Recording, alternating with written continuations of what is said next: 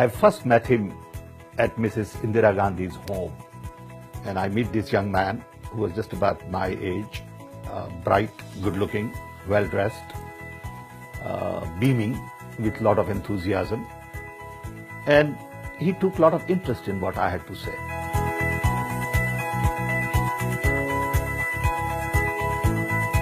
Oh my God, so many things, many. One, Rajiv Gandhi was young, had a dream, was charismatic. He was very good with people. He had right body language, eye contact. He was warm.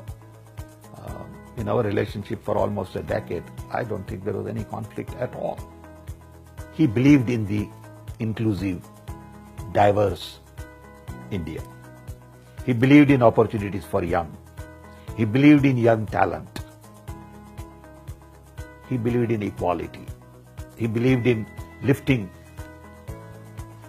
poor people at the bottom of the economic pyramid up through technology interventions. And he was also a little bit tacky, so that was interesting. He'll take a screwdriver and fix it, something. I remember once I went to his house, and he was on a stool standing up there and changing bulb. He's the Prime Minister of India. And he said, "Sam, give me that screwdriver." Okay. And I said, "Why are you changing bulb?" He said that the bulb is flicking. So rather than asking some electrician to come and fix it, he decided to go get up and do it himself. You know, that's the kind of person he was.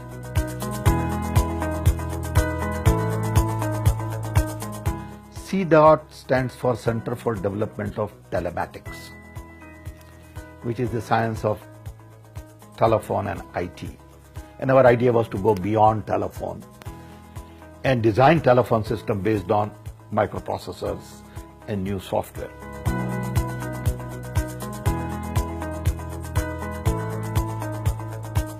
One was telecom IT, and everything we have today has roots in Rajiv Gandhi era.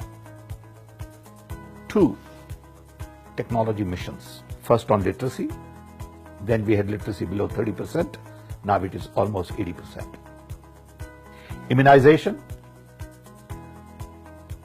we had the largest number of polio patients in the world, and we were not making polio vaccines. So we went to Rajiv Gandhi, and he said, "Let's produce polio vaccine."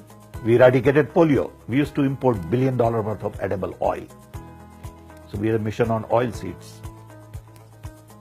And we started reducing that import substantially and became a highly productive country on the oil seed front.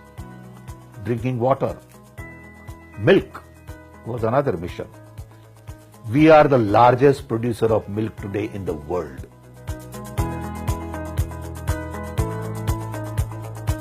Digital India seeds were planted in Rajiv Gandhi's time with formation of NIC, building indigenous talent in telecom, IT, software, microprocessor, then leading to starting companies like TCS, Infosys, Wipro, and many others. But during Manmohan Singh's time, a lot of new things got done. One, we decided to connect 250,000 panchayats to optical fiber. That was our idea.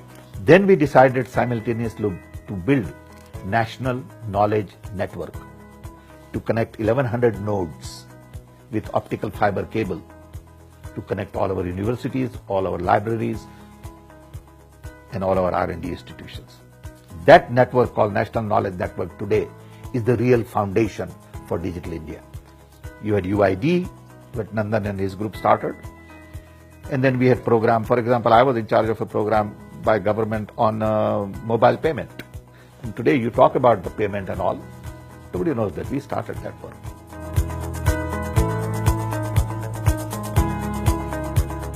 I tell people that look at me as an example of Indian.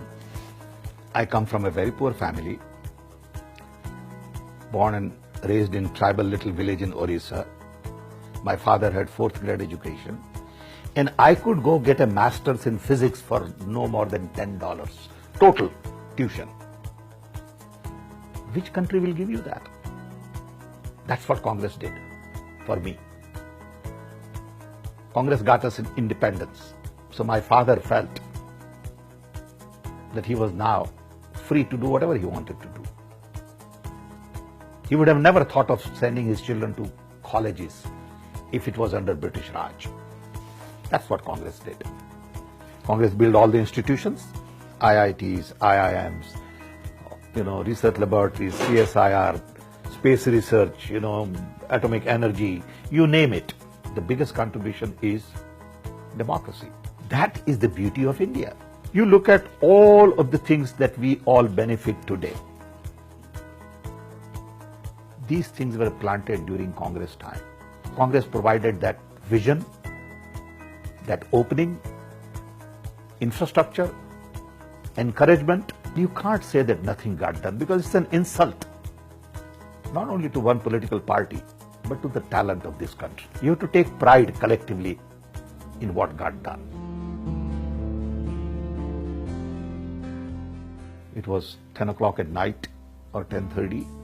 I got a call from my biographer, Mayank Chaya, saying, do you know that Rajiv Gandhi got killed? And I was shocked. I didn't know what to do. I literally lost my heart. It was tough. We all miss him. Even today, a nation misses him. Today, India would have been very different if Rajiv Gandhi had been given 10 more years.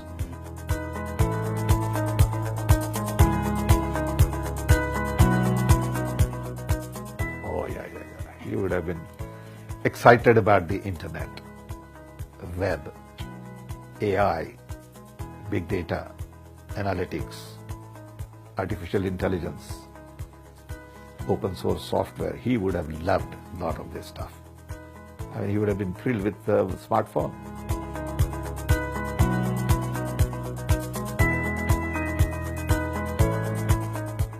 I think Rahul is a much deeper thinker, if you ask me. Okay, Rahul is more analytical. Rahul is more focused on going more and more into details, and it's a matter of style.